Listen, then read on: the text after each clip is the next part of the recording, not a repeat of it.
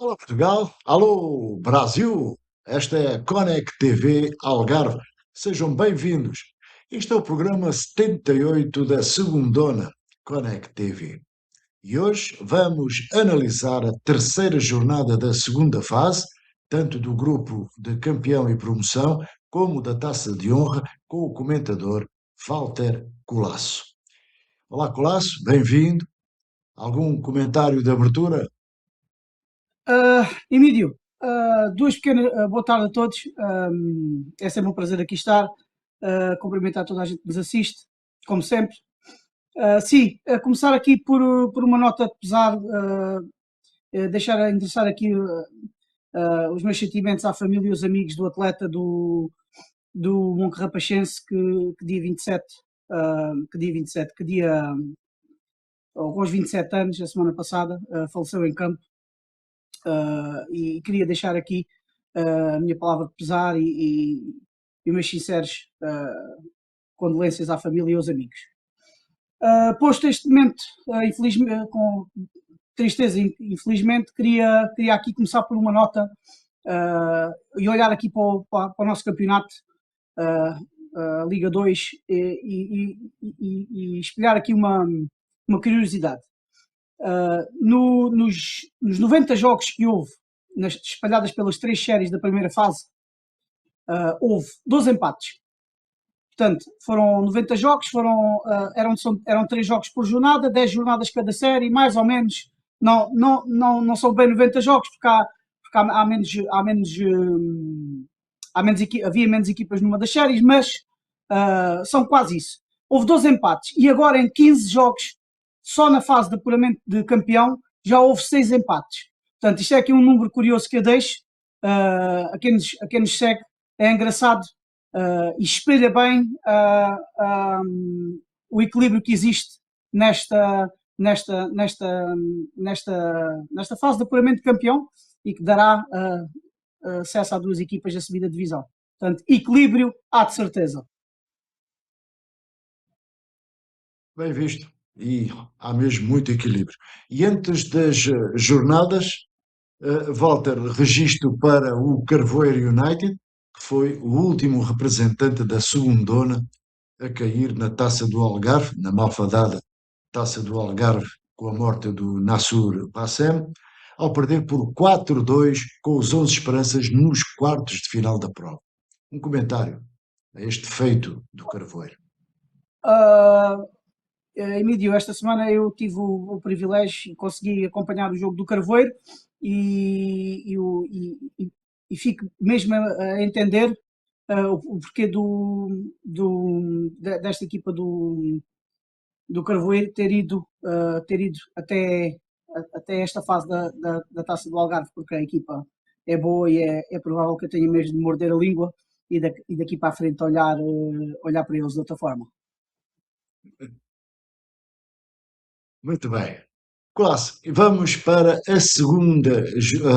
a terceira jornada no grupo de apuramento de campeão e promoção, onde está tudo em aberto e ao rubro. E o lusitano de Jorge Viegas obteve a primeira vitória ao derrotar por 4-1 o quarteira de Carlos Mota, que acumulou a segunda derrota. O Carvoeiro United de Manuel Carretas chegou à liderança ao vencer por 3-2 na visita ao Alvorense de Douglas Delgado, que soma um ponto. O Lagoa B de Ivo Nunes e o Sambrazense de Rui Pinto dividiram pontos numa igualdade a um golo. O Faro e Benfica de Paulo Lopes vai de vento em popa, vencendo por 1-0 na visita ao Portimonense B de Paulo Bastos, que sofreu a primeira derrota. Em Almacil, o Inter de Almacil de Carlos Lopes e o Guia de Filipe Lins dividiram tudo numa igualdade a um gol. Comentário à jornada. Volta. Olha, Emílio, cada vez mais interessante e cada vez mais difícil de prever o que é que possa vir a acontecer. E começando aqui, Emílio, se me permitir, aqui da ordem que eu vou deixar o jogo que eu vi para o fim. começando pelo resultado fora de casa do Guia, o empate em Almancil, parece-me, e disseram-me pessoas que viram o jogo, que foi realmente uma das melhores exibições do Guia este ano, contra uma equipa do Internacional que individualmente falando, parece a equipa mais forte, mas que mesmo assim em casa não conseguiu levar de vencido um Guia que se está novamente a reorganizar com a chegada de 1 ou 2 atletas, 3 atletas, e está-se novamente a reorganizar. Fez uma bela exibição, apesar do gol do Guia ter sido penalti. E agora queria fazer aqui uma pergunta ao Emílio. Emílio, vamos lá pensar, quem é que será que marcou o gol do Internacional? Não sei se o Emílio tem aí essa nota, eu por acaso até sei. Foi o John Aguiar, sim. Foi novamente o John Aguiar. Portanto, fazia golos de um lado, faz golos do outro. Não estava muito enganado naquilo que se dizia na primeira fase. Passando para o Faro e Benfica, para mim uma grande surpresa, apesar do Portimonense a gente saber que volta e meia não apresenta os mesmos atletas, mesmo com isso quero dizer que por vezes eles usam atletas se calhar um bocadinho, aliás, mais novos, e com se calhar uma qualidade diferente, não querendo dizer que os que jogaram esta semana são inferiores aos que têm jogado nas outras semanas. Uma vitória fora para o Faro e Benfica espetacular, vindo de outro resultado muito bom a semana passada. Não me parece que ainda seja, apesar dos pontos, um verdadeiro candidato à subida, mas com isto tenho de dar aqui, tirar o chapéu ao Faro e Benfica, porque tem sido uma equipa nesta fase muito, muito importante e que já leva pontos, mais pontos que outros que eu achava que eram candidatos. O Lagoa, que o ano passado também foi desta forma, foi muito forte na primeira fase e na segunda fase, na fase do apuramento de campeão, teve mais dificuldades, continua a ter mais dificuldades, apesar de eu gostava sempre este ano muito no Lagoa porque gostei muito de os ver jogar, sabendo de antemão que a equipa do Lagoa é muito nova e que nos momentos de decisão, no último passe, apesar de eles fazerem as coisas bem no último passo, no último remate, na definição, acaba por definir pior. E são o que a gente chama de dores de crescimento de miúdos novos e que têm muita qualidade, mas que ainda têm alguma dificuldade nessa decisão, que em jogos equilibrados faz uma diferença brutal. Passando para o candidatíssimo Vila Real, que goleou o Quarteiro em casa, o Quarteiro está-se a passar exatamente o mesmo que se passou ano passado com o Quarteiro, se forem verificar. Foi uma primeira fase espetacular, iniciar com o pé direito esta fase de apuramento de campeão e agora 2 derrotas em Vila Real. Bem sei que jogar em Vila Real é muito difícil, o ambiente é sempre muito hostil e a equipa de Vila Real tem muita qualidade, foi o que ficou espelhado neste resultado, em que o Lusitano não deu qualquer hipótese a um Quarteira que para a semana tem mesmo de ganhar, porque senão parece-me que foge aqui um bocadinho já daquilo que eu achava que podia ser uma equipa que lutava até ao fim pela subida de divisão. Deixando, por fim, o Alvarense com o Carvoeiro, em que eu sou um rapaz humilde e acabo por fazer meia culpa e começo a ter de se calhar acreditar que este Carvoeiro pode mesmo ser um candidato a subir de divisão, porque o resultado é pela margem mínima, mas o Carvoeiro foi bastante melhor. O Alvarense, eu vi este jogo, o Alvarense teve sempre aquele jogo que o Alvarense faz, muito físico, muitos duelos no ar, as bolas paradas, é um momento, um dos penaltis até nasce de uma bola parada, é uma equipa muito forte nas bolas paradas ofensivas, e que acaba por equilibrar um bocadinho o jogo teve 3-1, mas o Carvoeiro foi sempre muito melhor. E achei o Carvoeiro também, tirando esta fragilidade das bolas paradas, neste caso defensivas, que eu acho que não é só o Carvoeiro que vai sentir diante do Alvarense, vai haver mais equipas a sentirem este problema. Tirando isso, eu acho que o Carvoeiro é uma equipa muito compacta, mesmo com soluções a virem do banco também. Gostei muito do Carvoeiro e começo a pensar que posso mesmo estar enganado. Gosto muito no Carvoeiro, claro que o Diogo vai ser destaque, como é óbvio, e toda a gente conhece, ou pelo menos eu conheço a qualidade dele, e claro que ele, se quisesse, jogava no outro lado, noutra divisão, né? No outro lado é noutra divisão, mas gosto muito do miúdo que é o Robinho, que para mim, no meio, que é, há aqueles miúdos que. Há aqueles jogadores que são aos que tocam, aos que carregam o piano, e o Robinho é daqueles atletas que faz um bocadinho das duas coisas. Por isso, por isso quem gosta de futebol vai sempre gostar de atletas assim. Entretanto, dizer que apesar da margem mínima, o Carvoeiro foi muito melhor, mas foi um belo jogo. E esta semana escolhi bem o jogo que fui ver porque efetivamente foi um jogo excelente de assistir. Ora, ainda bem. E Colasso, na próxima jornada do grupo de campeão e promoção, vamos ter os seguintes confrontos na quarta jornada. Vamos ter esse duelo entre o Carvoeiro United e o Inter de Almacil. Vamos ter também Faro e Benfica Lusitano de Vila Real de Santo António, União Sambrazense Portimonense B, Guia Lagoa B e Quarteira Alvorense. Antevisão para a próxima jornada. Emílio, parece-me que em relação ao Sambrazense e o Portimonense, eu acho que o Sambrazense tem aqui a oportunidade apesar de eu achar que o Sambrazense está a fazer um campeonato acima, nesta fase entrou acima daquilo que eu achava que podia fazer, e tem uma grande oportunidade de agora diante do Portimonense, a vitória cair para o Sambrazense e eles entrarem ali na corrida por outras coisas que eu achava e continuo a achar que não vai ser possível. Um guia que as outras equipas vão ter de começar a ter uma atenção diferente daquela que o Guia teve na primeira fase, uma vez que o reforço, os atletas que reforçaram a equipa fazem alguma diferença. Temos o Sandro, que ainda não está completamente pronto para jogar, mas que esta semana é muito provável, eu suponho, como já foi ao banco e entrou, que já possa começar a entrar nas contas do Mr. Linz. E esta equipa com os que já tinha, com o Sandro, com o Mateus, com o avançado que estava no Lagoa, que ele já há 3 ou 4 jornadas, esta semana não, mas a outra semana vinha de 3 ou 4 jornadas a marcar golos. Eu penso que possa ser uma equipa a contar, diante de um Lagoa que não tem vindo dos melhores resultados e que, verdade seja dita, já perdeu 2 vezes com o Guia este ano, apesar de nenhuma delas ter merecido essa derrota. Vamos ver se desta vez o Guia ganha da forma como eu penso e com alguma justiça, porque das outras vezes foi mesmo tirado a ferros e o Lagoa nem merecia ter sido derrotado.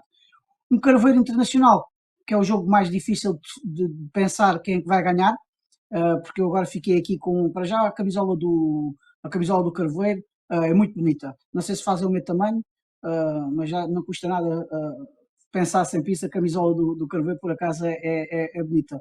E eu acho que com o que eu vi na semana passada e com eles são frescos fisicamente, eu acho que o Internacional, apesar de ser uma equipa muito boa e individualmente para mim é melhor, vai ter alguma dificuldade em jogar naquele campo grande. Por isso, eu posso apostar aqui ou numa divisão de pontos, se me permitir, ou então numa vitória do Carvoeiro. Parece mentira estar a dizer isto ao Emílio, mas tem de ser. O Faro e Benfica, prova do algodão para o Faro e Benfica, perceber se aquilo que tem feito é só porque é na horta da areia ou é só porque foi contra miúdos de um Portimonense que se calhar um bocadinho mais frágeis. Eu acho que o Lusitano vai levar de vencido o Faro e Benfica, mas tenham atenção que jogar naquele campo é muito difícil e pode haver aqui uma surpresa. Para finalizar, o Quarteira vem de 2 derrotas, começou com o pé direito com o Guia, depois vem de 2 derrotas e é a equipe ideal para jogar com o Quarteira. Uma equipa parecida ao Quarteira a nível físico, uma equipa que nos duelos é forte, o Quarteira também vai ser um jogo muito interessante, até vai fazer faísca. É engraçado que as duas equipas estão muito bem preparadas para o terreno onde vão jogar, porque se o campo de Quarteira está no estado em que a gente os dois sabe, o do Alvarense não fica atrás. E então as duas equipas estranhar o relevado horrível não vão estranhar porque eles são muito parecidos. Era contar os buracos de um lado e do outro, são muito, muito idênticos os campos, portanto vai haver aqui um jogo muito interessante a nível de duelos, que eu acho que pode cair para o lado do Quarteira, ainda apostando aqui no Quarteira a entrar na luta pela subida, Guido. Muito bem. E, Walter, vamos para a terceira jornada, mas da Taça de Honra. onde o Campinense aproveitou para se destacar na liderança. E então, a saber, o Estrela Bensafrim de Fernando Silva e o Juventude Monchiquense de Álvaro Rio dividiram tudo numa igualdade a 3 golos. O Juventude Campinense de Pedro Lima visitou o Marítimo Olhanense de Ricardo Viegas e brindou com um 5-0. O 4 ao cubo de Cláudio Lopes e o Padernense Clube de Nuno Silva Pinto estiveram de folga. Na próxima jornada vamos ter Monchiquense Marítimo Olhanense e 4 ao cubo Padernense Clube. De folga ficam o Bessafrim e o Campinense. Vamos fazer um comentário à terceira jornada e depois uma antevisão à quarta. Ok. Emílio, eu sinceramente este Monchiquense tem-me surpreendido bastante, principalmente ofensivamente. Eu achava que esta equipa não, nesta fase, apesar de ser o nível de dificuldade, obviamente ser menor, que iria ter dificuldades na mesma, mais um empate fora, com muitos golos. Este jogo deve ter sido interessantíssimo. Este Monchiquense tem-me surpreendido bastante, e ainda bem que eles têm vindo a fazer alguns resultados, porque o Monchique faz mesmo falta ao futebol distrital sénior no Algarve. O Marítimo com o Campinense, pois não havia absolutamente dúvida nenhuma, eu pelo menos não tinha, porque o Campinense ofensivamente é uma equipa muito competente, e se o Campinense tivesse outro tipo de armas, eu não vou dizer cá atrás, porque uma equipa defende com todos e ataca com todos, mas se fosse uma equipa defensivamente mais competente, não dizendo atrás, mas dizendo em todos os setores, porque quando se começa a defender começa-se por os avançados, era uma equipa que poderia estar no outro lado, e não aqui na Taça de Honra. Eu penso que o Campinense vai facilmente levantar esta Taça de Honra, esta primeira Taça de Honra. Passando já, Emílio, para a previsão da jornada, eu acho que o Monchiquense, fator casa, vai ser determinante e vai ganhar um frágil Marítimo, que ainda não se encontrou, e eu penso que o Padernense é uma equipa muito mais forte que o 4 ao cubo, e eu aposto no Padernense e no Campinense, para disputarem a dois esta Taça de Honra, que veio tarde, mas ainda veio a tempo de tornar este campeonato muito mais interessante.